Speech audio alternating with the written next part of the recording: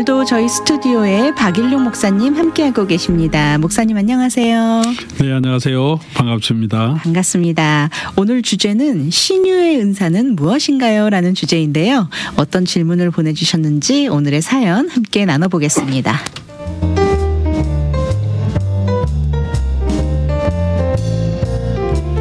얼마 전에 신유의 은사에 대한 이야기를 들었습니다. 어떤 목사님들 가운데는 신유 집회를 전문으로 하시는 분들이 계시는 것 같습니다.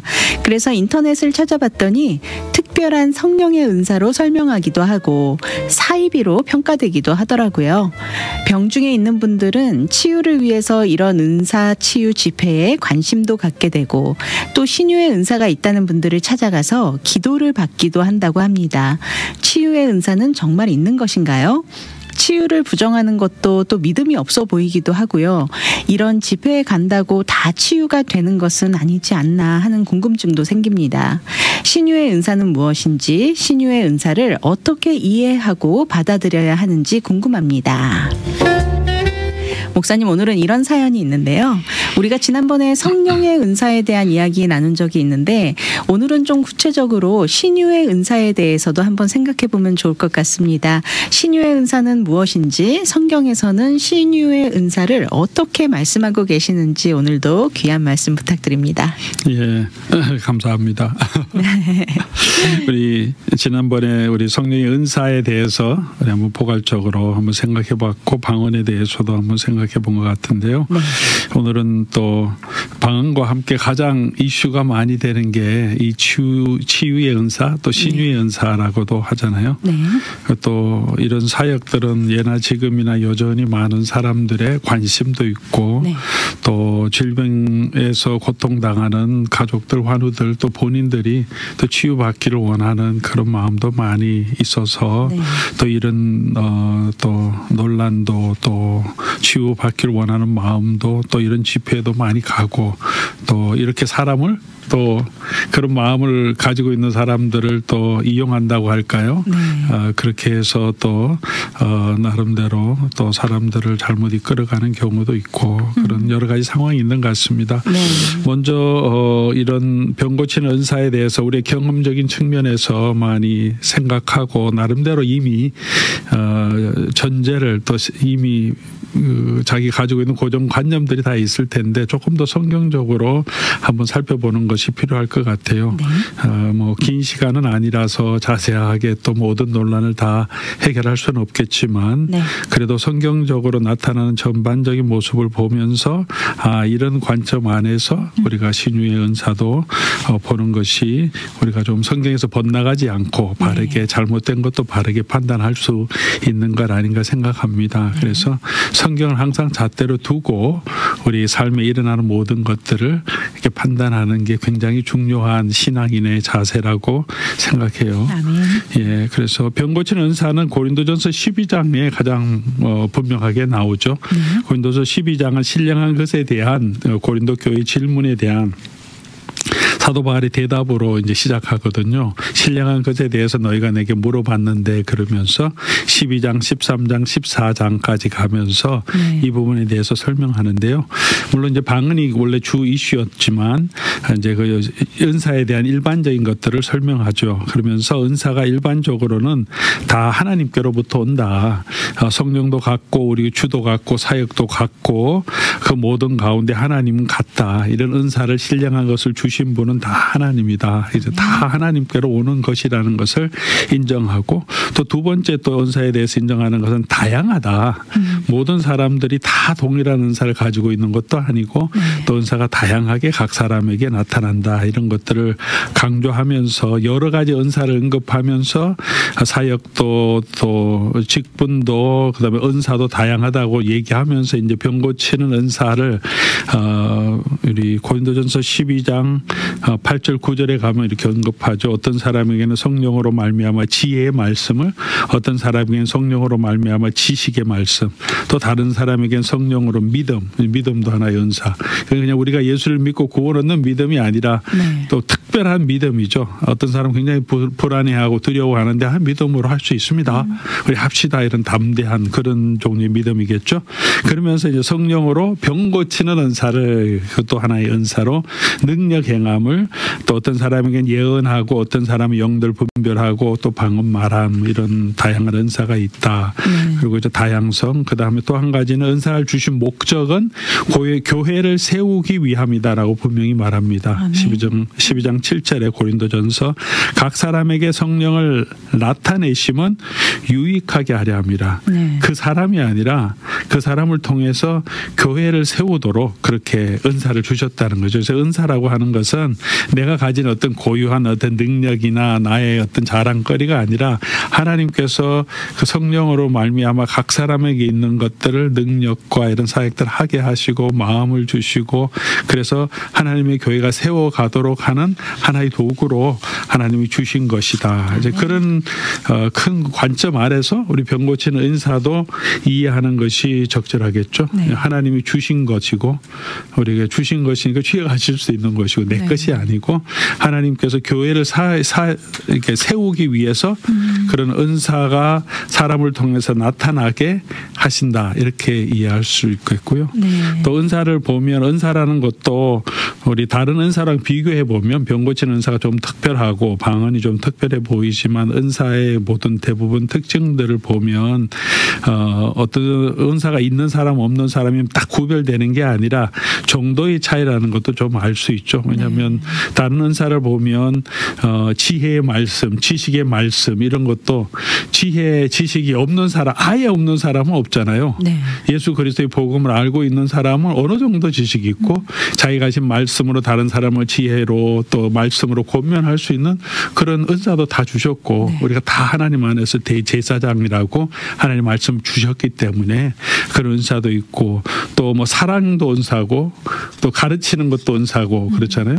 아주 가르치는 게 꽝일지라도 아주 못 가르치는 건 아니에요. 그런 사람도 뭔가 다른 사람에게 가르칠 수 있고 자녀들을 가르쳐야 하고 그냥 가르치면 은사가 있고 뭐 다스리는 은사가 있다고 할 때는 그런 능력이 다른 사람보다 조금 더 뛰어나서 그 가진 것들을 통해서 하나님이 그의 교회를 위해 사용하도록 그 능력을 하나님께서 사용하게 하시는 게 은사라고 한다면 기도도 그렇고 특별히 이제 치유하시는 은사도 우리 모든 사람에게 다 어느 정도는 우리 그런 은사가 있는 거죠. 내가 다른 사람의 병을 고침을 위해서 기도하면 나의 병을 뿐만 아니라 하나님께서 그 기도를 들어주시는 하나님이시고 그런 능력이 어느 정도는 다 있고 하나님 그렇게 사용하시죠. 은사 있는 사람만 기도해야 되는 것도 아니고 내가 은사 있다고 해서 그것이 뭐 나만이 가진 독특한 것이라고 이해하는 것도 잘못이고요. 가르치는 것도 다양하게 또 조금 더 나타나듯이 그런 그 기도의 결과들이 다른 사람보다는 조금 더 이렇게 나타나는 그런 분이 있다면 그게 은사라고 할 수 있겠죠.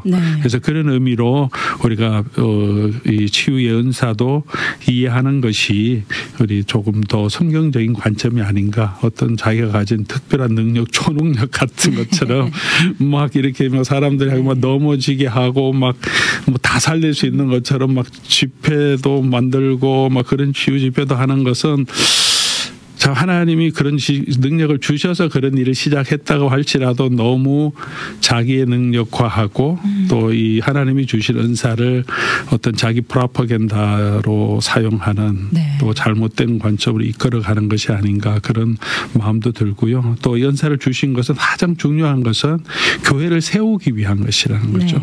교회에 아픈 사람, 병든 사람들을 위로하고 격려하고 또 함께 기도해주고 또 병 낫게 하는 능력이 나타남을 통해서 그 교회가 정말 하나님이 살아계심을 같이 체험하고 세워갈 수 있는 사역의 하나의 도구로 하나님께서 주신 것이지 뭐 개인적으로 내가 병 낫기 위해서 뭐 어떤 개인적인 미니스트리나 어떤 뭐랄까요 어떤 좋은 치유사 같은 것처럼 뭐 상담사처럼 개인적인 뭐 어떤 일로 사용하는 건 아니다. 은사라고 하는 것은 그렇게 성경적으로 좀 말씀드리고 싶습니다. 네, 지금 은사를 주신 목적에 대해서 설명을 해주셨는데 교회의 유익을 위해서 주셨다는 말씀이 어떤 의미인지 조금 더 자세한 설명을 좀 좀 들어보고 싶은데요. 질병을 치유해 주는 것도 사역이 될 수가 있는데 예수님도 사도들도 병을 치유해 주셨고 그것을 통해서 사람들이 예수님을 믿게 되기도 하지 않았습니까? 네, 그렇죠. 성경에 보면 그런 말씀들이 나옵니다. 치유라고 하는 은사는 이제 치유하기 위해서 주신 거니까 사실은 뭐 치유를 원하고 또 그렇게 사용하는 것이 맞는 거죠. 근데 이제 이 교회를 세운다고 할 때는 그 치유하는 그 사역이 치유 자체 병 고치는 자체가 목적이 아니라는 거죠. 최종 목적은 교회를 세워가고 덕이 되는 것. 그러니까 예수님과 또 사도들의 이야기도 하셨는데 성경에 그게 많이 나타나잖아요. 치유하신 것. 예수님 병 고쳐주는 것도 하나의 복음의 하나의 아주 중요한 컨텐트, 메시지 중에 하나시고요. 근데 이제 예수님이 치유 사역 전문가로 치유 사역 집회를 하고 그러지는 않잖아요. 사도들도 마찬가지로 그들의 주 사역은 예수님이 하나님의 아들이심을 보여주기 위해서 예수님께서 치유를 사역을 하시죠. 죽은 사람도 살리시고 예수님 하나님의 아들이심 보여주기 위해서 그리고 그 예수님 메시지는 이 사람들이 가지고 있는 이 땅에 있는 모든 질병, 치유, 고통 이런 것들을 그냥 이 땅에서 당하는 그 병을 다 없애주는 게 아니라 그 모든 질병의 원인이 되는 죄를 없애주고 그런 죄악으로 타락한 인간의 모든 고통, 죄, 질병, 사망에서 궁극적으로 해방시켜서 하나님의 영원한 나라에서 부활의 몸으로 영원토록 살게 하시는 것. 그 최종적인 구원을 바라보고 또 그것을 보여주는 상징으로 이제 치유 사역을 하시는 거죠. 이런 능력이 예수님이 있다. 사도들도 마찬가지고 그래서 사도들이 그런 이제 사역에 나타난 것은 사도들이 정말 하나님 예수 그리스도의 제자이시고 그들의 복음이 하나님께로 왔다는 것을 보여주시기 위한 상징으로 사역하셨고 그런 치유를 통해서 믿는 자의 수가 자꾸 드러나게 하시고 하나님의 복음에 대해서 더 알게 하시는 그러니까 이 치유 사역이 목적이 아니라 그것을 통해서 교회를 세우고 성도를 세우고 복음에 대해서 더 깊이 있게 알게 하고 하나님의 살아계심을 느끼게 하기 위해서 사용하셨다는 거죠. 근데 현재적으로 우리가 많이 나타나고 있는 치유 사역 또 치유 받고 싶고 은사 이런 것들은 제가 좀 안타깝게 생각하고 또 그런 의미에서 또 사람들의 마음을 이용해서 또 이런 장사라고 하기까지는 그렇지만 막 치유 은사 있고 막 치유한다고 있고 인터넷에도 그러고 그런 집회도 하는 많은 부분들이 대부분 많은 사람들이 또 가짜 치유 또 이런 뭐 사기적인 그런 일도 많이 행하고 있고 그게 드러나기도 하고 그러잖아요. 문제가 뭐냐 하면 우리가 그냥 이 땅에서 지금 우리 질병에서 치유되는 것이 하나 그게 인생의 목적처럼 그게 삶의 목적처럼 하고 은사를 주신 것도 그 일을 하기 위한 하나의 그 도구처럼 여기는 건 잘못이라는 거죠. 그렇게 하나님의 나라를 세워가기 위해 하신 것이고 병 고침을 간구하고 치유를 경험하는 것은 하나님이 우리에게 주신 은사의 한 부분이고 또 축복의 한 부분이지만 그게 우리 인생의 궁극적인 목적이 아니고 우리는 그 일을 넘어서서 영원한 하나님의 나라를 바라보고 또 영원한 구원 하나님이 주시는 그 나라를 바라보고 살아가는 하나의 도구로 하나님의 살아계심을 체험할 수 있는 도구로 은사를 주셔서 교회를 세우게 하셨다는 거죠. 그래서 어떤 그런 이제 예수님의 사역과 이게 성경과 자꾸 보라고 하는 것은 예수님도 사도들도 어디든지 다니면서 복음을 전거했고 가난하고 또 힘든 사람들 또 병든 사람들이 찾아와서 치유해 주려고 할 때 그들에게 은사를 베풀어 주셔서 치유를 해 주신 거지 돌아다니시면서 치유 사역 집회를 하고 그렇게 능력이 사도들이 많이 나타난다고 베드로가 어디 가서 뭐 로마에 가서 치유 집회라 그러지 않잖아요. 이제 그런 것은 하나님께서 이 교회 사역 가운데 은사로 주신 거고 그렇게 사용하도록 그렇게 하셨다는 걸 이해하면 좋겠습니다. 그런 의미에서 교회를 세우는 도구로 이해해야 된다. 그렇게 말씀드린 거죠. 잘 알겠습니다. 그래도 만약에 이런 치유의 은사가 있는 사람이라면 병자를 찾아가서 치유를 위해서 기도해 주는 것도 필요한 일이 아닐까 생각이 되는데 교회 안의 환우들을 위해서도 좀 더 특별히 기도 사역을 하는 것은 필요한 게 아닌가 이런 생각을 하시는 분들도 많으신데 어떻게 생각하시나요? 그거는 이제 필요한 사역이라고 생각하는데 제가 생각하기에는 이런 사역들도 교회를 세운다는 것은 이제 지역 교회가 있고요. 그 교회 지도자가 있고 목사도 있고 장로도 있고 옛날 같으면 사도 선지자들이 있고 그들의 권위 아래서 이런 지휘 사역도 일어난 것처럼 네. 이제 개인적으로 어떤 은사가 가졌다고 해서 자기 마음대로 뭐 혼자서 자기 미니스트리 하듯이 그렇게 하는 게 아니라 이런 모든 은사들이 가르치는 은사든 또 섬기는 은사든 우리가 교회 안에서 교회를 세우도록 하셨잖아요. 네. 그래서 이런 치유 은사도 주셨다면 그것이 교회 안에서 함께 사용되어져야 한다는 게 바른 방향인 것 같고요. 네. 그렇게 하려고 하면 사실은 좀 번거로운 일고 부담스러운 일이도 되죠. 그저 뭐 혼자 찾아가서 내 은사에 있으니까 기도해주고 또 찾아오기도 하고 그런 뭐 목사님 선교사님이 있으면 오세요 해서 내가 우리 누가 아픈데 좀 기도해 주세요 하기도 하고 또 네. 아픈 사람 없습니까 하면서 내가 이런 은사가 있으니까 오시면 기도해 주겠죠 이렇게 네. 얘기하기도 하는데 그렇게 하다 보면 이제 교회가 정말 이 잘못된 가르침 또 경험들로 빠져갈 수 있기 때문에 성도들이 교회의 가르침이 되게 중요하다. 네. 번거롭지만 교회를 세워가는 일에 있어서는 이게 굉장히 중요하다는 것을 말씀드리고 싶고요. 그리고 은사를 쭉 얘기하면서 사도 바울이 첫째는 사도, 둘째는 선지자, 셋째는 교사 이렇게 가장 중요한 것을 교회를 다스리고 가르치는 직분으로 얘기하고 그 다음에 이제 다양한 능력이 나타나는 은사들 얘기하거든요. 네. 이런 가르침 안에서 이런 다양한 능력이 나타나는 사역들은 사용하라 그렇게 하고 가장 좋은 것은 사랑이다 그렇게 네. 얘기하잖아요. 네. 그래서 그런 의미에서 조심해서 사용하고 환우들을 위해서 기도해 주는 것 좋은 것 같고요. 또 그런 은사가 있다면 교회 안에서 함께 교회 지도자들과 함께 그런 병중에 계신 분들 또 집에 있든 또 병원에 계시든 교회 리더들과 함께 가서 또 같이 기도해 주는 것 참 네. 중요한 것 같아요. 네. 그래서 교회도 또 이런 성령이 하시는 일 은사에 대해서 조금 더 우리의 열린 마음을 가지고 그런 은사들을 다 적절하게 잘 분별하고 또 적재적소의 은사대로 사람들이 사용할 수 있도록 그렇게 또 지도자들이 영적인 열린 마음이 필요하고 네. 또 은사를 개인적으로 이런 조금 더 이런 은사가 가지고 있다는 게 나타난다면 그것을 가지고 교회를 위해서 사용할 수 있도록 좀 더 담대하게 또 순종하는 마음으로 가르치는 은사면 또 가르치는데 그렇게 또 이런 치유 은사면 치유의 은사 기도는 기도에 이렇게 나타내서 사용하도록 그렇게 함께 하면 좋겠습니다. 네. 야고보서에도 이렇게 얘기하잖아요. 야고보서에 너희 중에 병든 자가 있느냐?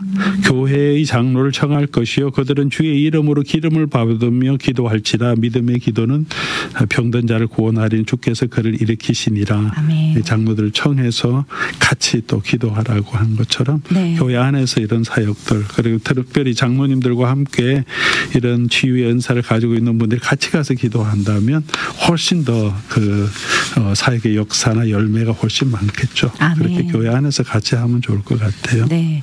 그런데 목사님 신유의 은사가 있는 사람이 기도하면 어떤 병도 다 나을 것이라고 좀 맹신하는 분들도 계시고 또 어떤 경우에는 치유 사역을 하시는 분들이 암도 치유되고 또 많은 질병도 치유된다고 하시잖아요. 또 요즘은 뭐 유튜브에서 치유 사역을 하기도 하고 그렇게 자신의 기도를 받으면 병이 치유된다 이렇게 홍보하는 사이트도 생겼더라고요.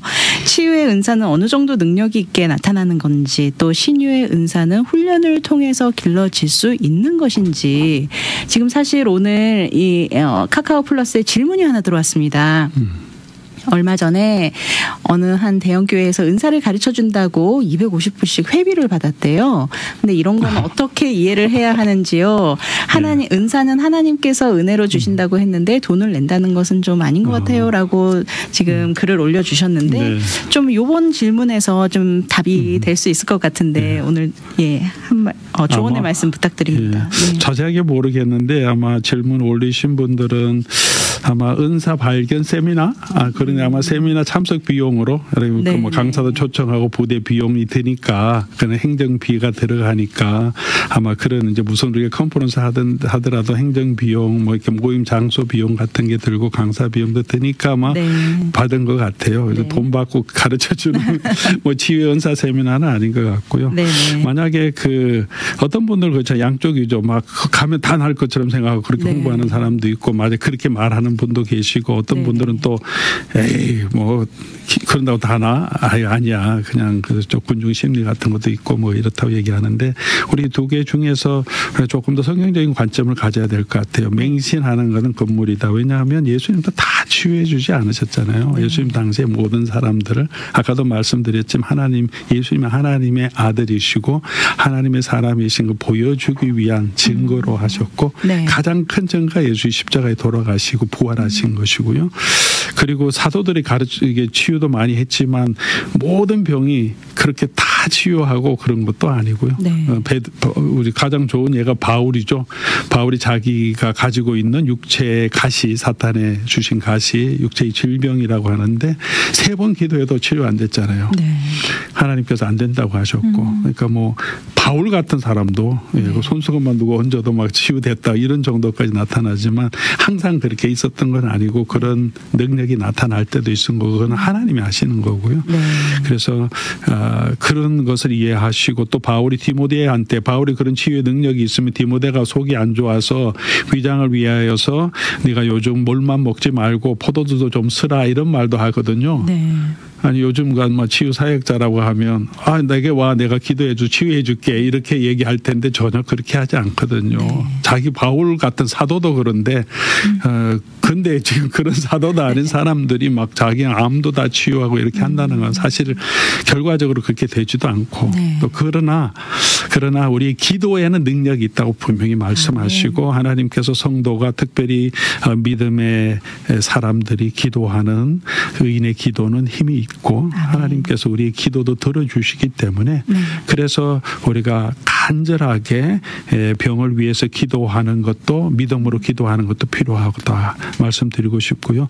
사도 이후에 성도들이 주신 그 여러 가지 은사들은 이제 그런 사도들보다 능력이 확실히 떨어지겠죠.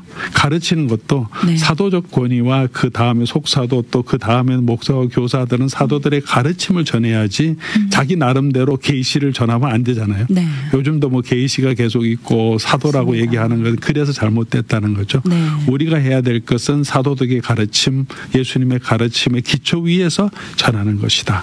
그러니까 이 은사도 마찬가지고 우리가 이제 그런 은사가 나타나는 것은 다른 사람보다 조금 더 기도의 은사나 또 치유 은사가 조금 더 나타나는 것이고 만약 그런 것이 나타난다면 우리가 간절하게 또 성도를 위해서 더 기도하는 그런 자세를 또 가져야 되고 하나님께서 하신다는 것을 우리가 늘 믿고 하나님께 맡기는 자세로 나가는 게 맞는 것 같아요. 네.